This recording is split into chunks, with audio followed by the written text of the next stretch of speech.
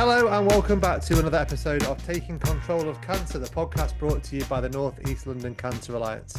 I'm Steve Bland and this is another one of our news episodes where we dissect the ways in which cancer has been making, breaking, creating the news in a particular month. This month we're talking about May 2026. I'm joined as ever by Femi Odewale. Hello Femi. Hi Steve, hi everyone. How you doing? I'm good. Yourself? You've been a bit under the weather, Femi, recently, haven't you? Because we'll get into it. We've recently released 3 episodes talking about the new strategies that are going to shape the way the Alliance does a lot of things over the next few years. And you were unable to make the actual launch event. Unfortunately. However, we did have my wing person, who is Angela Wong, who was able to chair in my absence. And she did an amazing job in doing so. Yeah, she was fab. It's probably the right person, to be honest. No, Angela was excellent. And actually, one of the strategies that we talked about on the day was AI and digital, and how you guys have been working with Pathfinder Intelligence on this big AI strategy. And the first couple of stories we're going to talk about are actually around AI. The first one is from the European Medical Journal. And I'll be honest, Femi, when I read this, there's a lot of big words in here. I'm gonna try and explain it as best I can, but it's basically an AI-driven ultrasound, and that's gonna hopefully be able to accurately predict 3-year survival rates in locally advanced breast cancer patients. And I think this is important because if you have an idea of a prognosis or a survival rate early on, then it can impact, treatment, maybe like the risks that you might take, the decision making along the way. You guys are going to be looking into lots of different things with the AI and digital strategy. And I guess this is just an example of where we're going with technology. The amount of technology, the amount of kind of technology support that you're going to get for treatments, diagnosis, it's going to be it's going to change. It's already started to change the face of medicine. So, I mean, this is just one of the many examples of this. Really exciting to see that we've got more stuff in the cancer space. And like I said, it's just going to really, really change the face of cancer. Just more people are just going to be living a lot more longer with more complex diseases that we'll be able to fight and beat or live with. So yeah, definitely, it's fantastic. And I think the big thing that came out of the when George and Wayne and all the guys talked about the AI strategy was the kind of emphasis on the fact that this is not novelty. This is not, ask funny things to Chat GPT and see what it comes back. This is properly addressing really serious challenges. And while there might be costs and there might be research and there might be a lot of technology involved, the efficiencies it's going to create. And I think this is another example. The second one as well, a story from The Guardian, an AI tool that could basically identify how patients with advanced bowel cancer will respond to a new drug that's just been approved by the NHS. And if you can get that insight and that information early on in someone's treatment pathway, it can really impact positively the way they're treated, the decisions that everyone makes, be it patient or medical care. It can be absolutely massive. Huge. And I've said this before, and I know that Wayne mentioned it on the day as well. So our vision is to use AI in a way that strengthens and doesn't necessarily replace. So it's always using it as a support. And I think I mentioned this on our podcast before as well, which is using AI. AI as a support to support the treatment, to support the diagnosis, to support the pathways to ensure that actually we can do more for our patients. And it's not necessarily to replace human care. I think it's important to say that. And these kind of support tools, I'll call them tools. I guess we use the word AI so much nowadays. I want to say kind of smart tools, for clinicians that clinicians will use. I think it's going to really change the landscape, as I mentioned earlier on, and they Mm. are really now becoming really important. And the strategy that we have kind of written, which is going to be on our website soon. I think Paul mentioned that he's just working on getting the last bits together and going to be on our website soon. It really helps to identify eight key areas where AI can support cancer services. And when we say support cancer services, it goes back to my point around it's a support system, Yeah, it's a support tool. So our AI tool, our smart tools, they are and we're not the only cancer alliances that are doing this. Other cancer alliances are working with the latest technologies to support clinicians to fight the battle of cancer and treatment. So exciting. I mean, when that comes yeah. out, ours covers eight key areas that we've identified. If you want me to mention some of the areas, I can.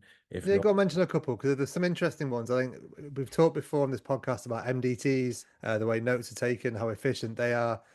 uh, Lung cancer is one that's used AI for a while, isn't it, for lung cancer imaging? yeah. But there's plenty of other stuff in there as well, isn't there? There is, you mentioned MDT optimization and documentation. Again, fast tracking our back office. I think, again, I've done, I've given a small discussion around this in the past. Referral quality and pathway optimization. That's to help to improve the completeness and accuracy of referrals and supporting patients to be directed in the right way, on the right pathway far sooner. We spoke about patient tracking, so I won't talk about that to death. There's also patient self-management and navigation that's providing patients with trusted information, personalized pathway guidance, and support with symptoms, appointments, and next steps.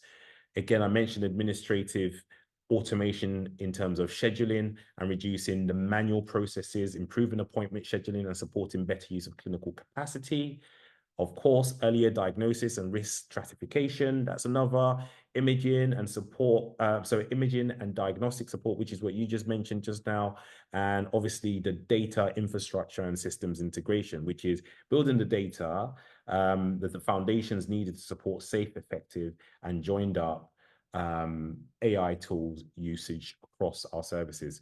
So there's a lot there. I think I've covered the majority of them. You covered some as well. So once you see our strategy in terms of, the approach and the key areas that we're working on, it's exciting world in the world of kind of cancer treatment and the cancer battle with all of these assisted tools.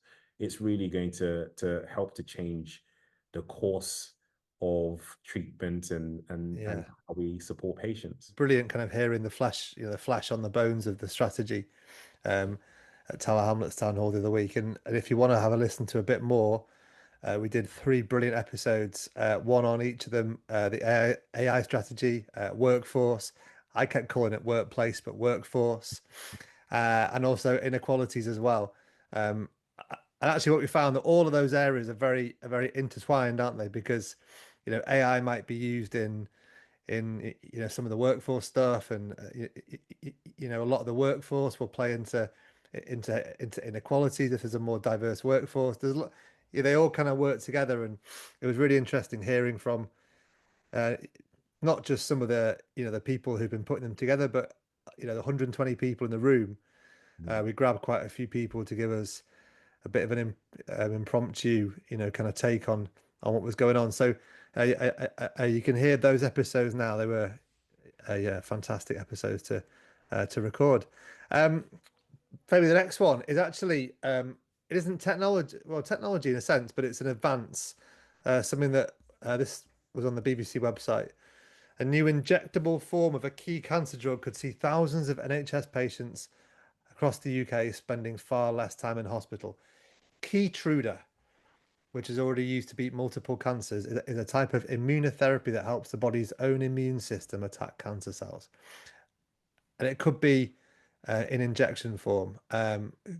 Could cut this procedure that was a drip or intravenous to a couple of minutes of an injection. And anything that we can do safely to reduce the amount of time people spend in hospital has got to be a good thing. this is amazing, and it is a lot around that patient's experience and the patient pathway. And I love it when you hear that there are new advances in treatment. So again, a lot less invasive, and something a little bit more comfortable, dare I say. I haven't seen it in action. I've just read about it. But I mean, this is just one of many kind of treatment options, and I can't wait till it becomes kind of available,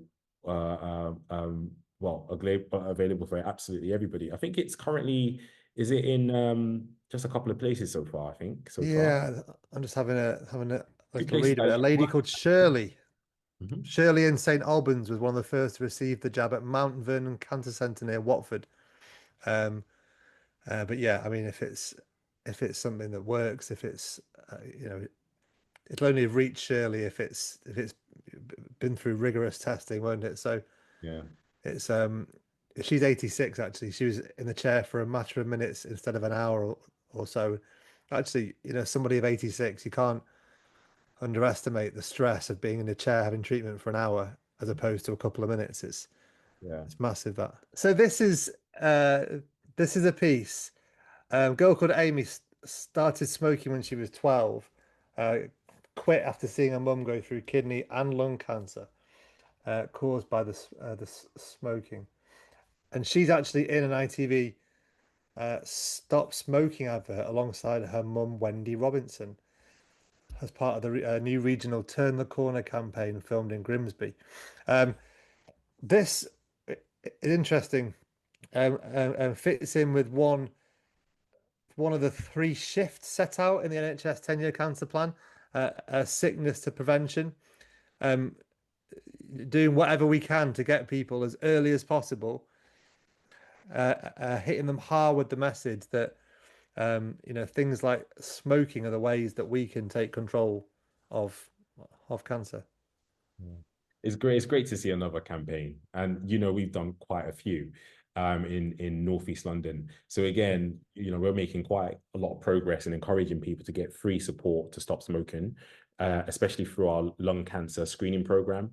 And so far, to date, I think we've got something like 1,400 patients who have taken up this offer, That's and fantastic. 345 patients have successfully quit. Now, mind you, this is a national program. So this is just us in Northeast London. This is a national, it's a national program. So just imagine the total numbers of that. Mm, It is definitely about these campaigns, and these campaigns do help.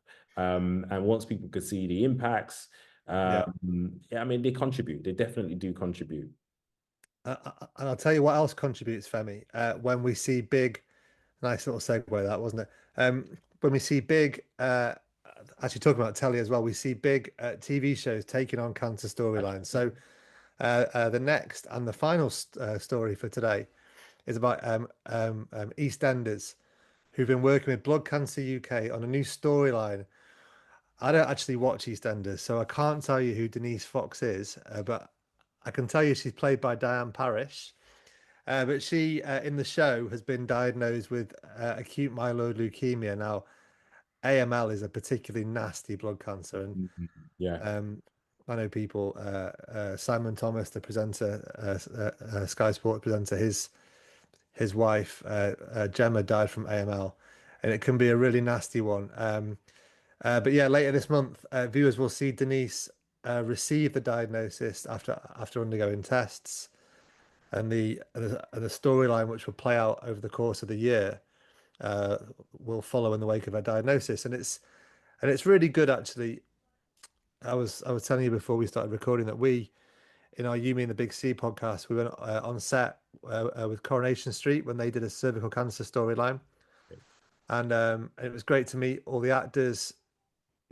See what it meant to them to be taking on such a serious topic, how important they viewed it to get it right, and the advice and the guidance that they'd had and the show had had from a charity, actually a charity called Mummy Star, who Corrie used, but these guys have used Blood Cancer UK, and it's fantastic, Femi, and I've no doubt that we'll see a massive spike in Yeah. Google searches for AML.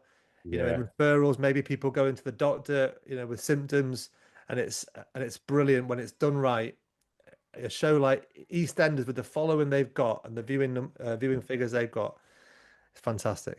I mean, you see, I mean, I remember, I can't remember which, and they've gone quite a few of these where you literally will see the spike in referrals. So I Mm, remember I was working in the hospital, I think this is years ago, and I was working in the hospital, and one of the EastEnders shows came on, and I don't watch EastEnders, so do forgive me, I don't know who it was, but we saw the spike, and yeah, it was a cancer story, and we saw the spike in referrals for a while. So we started to see things like, it's the EastEnders spike. But with this particular one, it is so important for them to spotlight a lesser known cancer. And yeah, I yeah. That's a good think point. that's the key part here, because how many people really know about this particular type of cancer, this rarer type of cancer, Mm, aggressive type of cancer? So, and again, as part of one of the themes from the NHS England, the national plan, the national NHS cancer plan is prioritizing rare and less common cancers, and raising awareness in this way is certainly a tick towards that request. yeah, So, and we've already seen sport making an impact in awareness raising. So, which is some of the work that we've done, and we spoke about this. Was it last month, about the partnerships between Premier yeah, yeah, Women's Rugby and breast yeah, cancer yeah, now? So again, it's important to utilize some of the kind of different routes to try and kind of campaign, but also to raise the awareness of cancer and the different types of cancers as well. yeah. Definitely true. And Denise Fox, who's the character in EastEnders, she's a black lady. And what Helen Roundtree from Blood Cancer UK, the CEO of Blood Cancer UK, said is this kind of plays into the inequalities work we were Mm, talking about before. Being black and living with an aggressive blood cancer, like AML, can bring additional challenges, and we hope viewers gain a greater understanding of blood cancer's impact. And I guess the impact on different communities as well, different people with different backgrounds. Big part of the work that you guys do. yeah, and it again links to our inequalities work that you mentioned earlier, or our inequality strategy that you mentioned earlier on. It is Yeah, so we do in Northeast London have a huge in London in general, to be honest, as well. Not to downside, not to kind of um, play down how diverse it is in Northeast London, because I think Northeast London is the most diverse in London. But it is so important for people to see people that look like them and take an action, yeah, see people that look like them, and have a greater understanding and of the symptoms. I think when you're looking at things like skin cancer, the color in certain types of cancers could be different in another, and so on. And so it's just that having various different cultures, people of yeah, different colors doing it goes a long way. It really does. yeah. It does, and we'll look for. Perhaps we'll touch back in on that when we've seen some of the episodes, and we can have a little think about how they've tackled it. But I'm sure if they've got Blood Cancer UK, fantastic charity. If they've got those guys involved and they've taken on the advice that they've given them, I've no doubt they'll do it Yeah. as EastEnders always do, tackle stories with in the right way. Take a great deal of care in them. So yeah, fantastic. Femi, that's it. That's all we have time for this month. We're near the end of May, um, and we're still not quite seeing the weather, are we? But well, not up here anyway. Well, it was there, and then now It's tropical in London. Yeah. Anyway, we will return to this podcast back end of June. And until then, thank you very much, Femi. Thank you.